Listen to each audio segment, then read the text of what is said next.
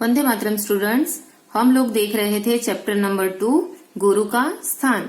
और ये चैप्टर एक प्ले के रूप में दिखाया गया है, जिसके अंदर प्ले को 2 पार्ट में डिवाइड किया है। फर्स्ट पार्ट में हम लोगों ने देखा था कि एक राजा होता है जो सोचता है कि वो राज्य को अच्छे से देखभाल करने के लिए किसी गुरु के पास जाके, किसी गुरु को बुला के उनके पास से अच्छे से और शिक्षा प्राप्त करे, जिससे वो प्रजा की अच्छे से देखभाल करे। और उसके बाद वो उसके मंत्री एक महाराज को बुला के लेके आते हैं जो उनको शिक्षा दे सके।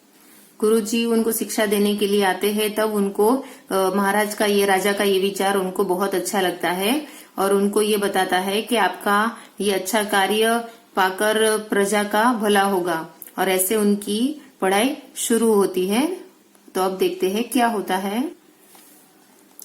इस प्रकार राजा की शिक्षा प्रारंभ हो गई। राजा गुरु के ज्ञान की जो भी बातें सुनाते, रानी को अवश्य बताते। यानी उनकी शिक्षा यानी उनका टीचिंग, राजा का टीचिंग क्या हो गया था, स्टार्ट हो गया था। और जो भी उनके गुरुजी उनको ज्ञान देते थे, जो भी अच्छी अच्छी बातें सिखाते थे, वो सारी बातें वो राजा उनकी रानी को बताते थे। राजा को शिक्षा प्राप्त करते हुए कई माह बीत गए थे। यानी उनको गुरुदेव से शिक्षा यानी टीचिंग लेते हुए कई माह का मतलब होता है मंथ, बहुत सारे महीने बीत गए थे। मगर राजा को कोई लाभ नहीं हुआ। राजा को क्या लग रहा था कि उनको कोई लाभ यानी कोई शिक्षण टीचिंग का कोई फायदा हो रहा नहीं। उन्होंने इस विषय में रानी से बात की और ऐसा उनको लग रहा था, वैसी बात उन्होंने अपनी रानी से की, यानी अपनी रानी को वो बात बताई। देखते हैं अब उन दोनों के बीच में क्या बात होती है। राजा कहते हैं, गुरुदेव हमारा ज्ञान वर्धन करने के लिए बहुत मेहनत करते हैं, परंतु हमें उसका कोई लाभ नहीं मिल पा रहा। ये हम समझ नहीं पा रहे कि ऐसा क्यों हो रहा है। यानी राजा अपनी रानी से बात कर रहे हैं। क्या बात कर रहे हैं कि गुरुदेव हमें ज्ञान देने के लिए बहुत मेहनत कर रहे हैं, पर हमें उनके ज्ञान का कोई लाभ मिलता नहीं है। ऐसा क्यों हो रहा है, ऐसी बात वो अपनी रानी से करते हैं। तो अब देखते हैं रानी क्या कहते हैं। रानी कहती है, हम कई दिनों से आपको इस विषय पर चिंतित देख रहे हैं। यानी रानी बताती है कि हम आपको कई दिन से यानी बहुत दिनों से इस विषय पर, यानी आपको ज्ञान का फायदा होता है या नहीं, इस विषय के ऊपर आपको चिंतित देख रहे यानी परेशान देख रहे हैं। आप गुरुदेव से ही इसका कारण क्यों नहीं पूछते। यानी रानी क्या बताती है, आपको जो ये परेशानी है, ये जो प्रॉब्लम है, आप उसका हल आप गुरुजी से ही क्यों नहीं पूछते। ये परेशानी आप गुरुजी को क्यों नहीं बताते, ऐसा रानी उनको पूछती है। ओके, चैप्टर के नीचे उसका इंग्लिश वर्जन दिया गया है, अगर आप चाहो तो इसको पढ़ सकते हो। ओके, अभी आगे देखते हैं क्या होता है। राजा, गुरुदेव सुयोग्य और अनुभवी है। गुरुदेव की योग्यता पर सवाल उठाना ठीक नहीं। जब रानी ने उनको कहा कि आपकी ये परेशानी आप गुरुजी को ही बता दीजिए, तो राजा उनको उत्तर देते हैं कि गुरुदेव कैसे है, सुयोग्य यानी योग्य और अनुभवी है। उनकी जो योग्यता है यानी वो जो मुझे सिखा रहे हैं और जिस चीज के लिए वो कैपेबल है, उसके ऊपर सवाल उठाना यानी वो मुझे समझ में नहीं आता या फिर वो मुझे काम नहीं आता, ऐसा कोई ऑब्जेक्शन उठाना, सवाल उठाना मुझे ठीक नहीं लग रहा। उनसे पूछना भी कहीं उनका अपमान न हो। यानी वो क्या मानते थे कि अगर मैंने ऐसा सवाल किया तो उनसे उनका अपमान किया हो, ऐसा तो नहीं लगेगा ना।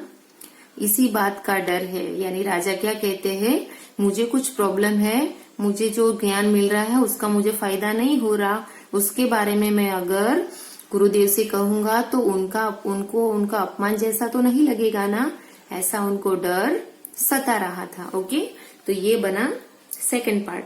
अभी थर्ड पिक्चर में, ये प्ले के थर्ड पिक्चर में क्या होता है ये देखते हैं। पिक्चर कौन सी जगह का है, गुरुदेव का दरबार में प्रवेश। यानी कहाँ से स्टार्ट होता है, गुरुदेव दरबार के अंदर, राजा के दरबार के अंदर एंटर हो रहे हैं, प्रवेश हो रहे हैं। राजा, गुरुदेव को प्रणाम। राजा सबसे पहले क्या करते हैं, गुरुदेव को प्रणाम करते हैं। गुरुदेव कहते हैं, चिरंजीवी हो। चिरंजीवी का मतलब क्या होता है? दीर्घ आयु, यानी लंबी आयु हो आपका। यशस्वी हो, यानी आप मशहूर हो, ऐसा उनको आशीर्वाद देते हैं। आज आपके मुख पर चिंता की रेखा देख रहा हूँ। गुरुदेव को राजा के चेहरे को देखकर ही पता चल जाता है और वो उनको पूछ लेते हैं कि आपके चेहरे के ऊपर चिंता की रेखा दिख रही है, यानी उनका चेहरा कैसा लग रहा है? चिंतित जैसा लग रहा है। मुझे बताइए, शायद मेरे पास आपकी चिंता का समाधान हो। गुरुदेव उनको क्या कहते हैं? आपकी जो चिंता है वो आप मुझे बताइए, शायद आपकी जो चिंता है उसका समाधान। समाधान का मतलब होता है हल या फिर उपाय, वो मेरे पास हो। संकोच न कीजिए। गुरुदेव उनको क्या कहते हैं कि आप अपनी परेशानी मुझे बताने में कुछ भी संकोच मत कीजिए। संकोच का मतलब होता है झिझक। कोई बात अगर किसी को बतानी हो तो आप उसके लिए सोचते हैं ना कि उसको बताओ ना बताओ, तो उसको कहा जाता है झिझक। तो राजा उनको कहते हैं कि आप ऐसी झिझक मत कीजिए। चलो देखते हैं कि अभी राजा क्या करते हैं।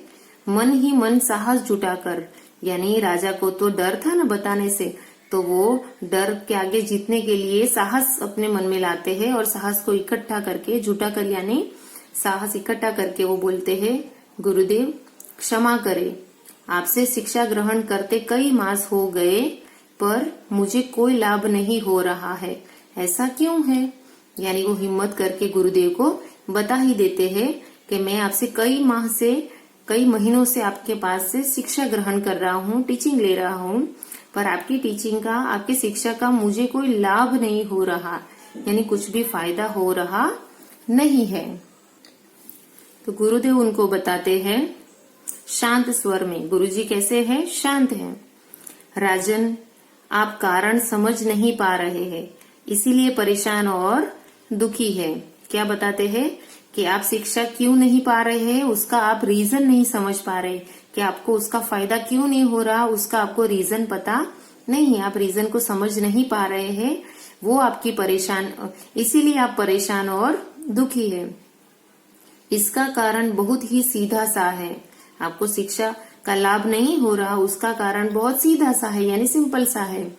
आप बहुत बड़े राजा है, पद और प्रतिष्ठा में आप मुझसे बड़े हैं। अब गुरुजी उनको वो रीजन बताते हैं कि किस रीजन की वजह से आपको शिक्षा का फायदा नहीं हो रहा। तो वो बताने की शुरुआत वो करते हैं कि आप पद और प्रतिष्ठा में, पद का मतलब होता है स्थान और प्रतिष्ठा का मतलब होता है गौरव।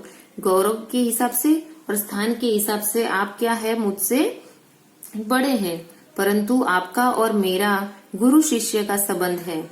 क्या समझाते हैं? पद और प्रतिष्ठा में भले ही आप बड़े हो, पर मेरा और तुम्हारा संबंध कैसा है? गुरु शिष्य का संबंध है। गुरु होने के नाते मेरा स्थान आपसे उच्च होना चाहिए। देखो अभी असली रीजन गुरुजी बताते हैं कि मैं गुरु हूँ तो मेरा स्थान आपसे क्या होना चाहिए? उच्च, यानी थोड़ा ऊंचा होना चाहिए, परंतु आप स्वयं ऊंचे सिंहासन पर बैठते हैं और मुझे अपने से नीचे आसन पर बिठाते हैं। क्या रीजन बताते हैं कि राजा को कहते हैं कि राजा आप खुद ऊंचे सिंहासन पर, सिंहासन का मतलब होता है राजगद्दी, यहाँ पे ऐसी राजगद्दी है जिसके ऊपर बैठे हुए राजा दिखाई दे रहे हैं ना, तो वो बताते हैं, गुरुजी बताते हैं कि आप खुद राज सिंहासन पर बैठते हैं और मुझे आपसे नीचे आसन पर बिठाते हैं। ओके, तो यहाँ पे ये वीडियो स्टॉप करते हैं। अभी आगे बहुत स्टोरी लंबी है, तो नेक्स्ट वीडियो में हम आगे देखते हैं कि इससे राजा क्या सीखता है और फिर उनको ज्ञान का कुछ फायदा होता है कि नहीं, वो नेक्स्ट वीडियो में देखेंगे। Okay, bye students.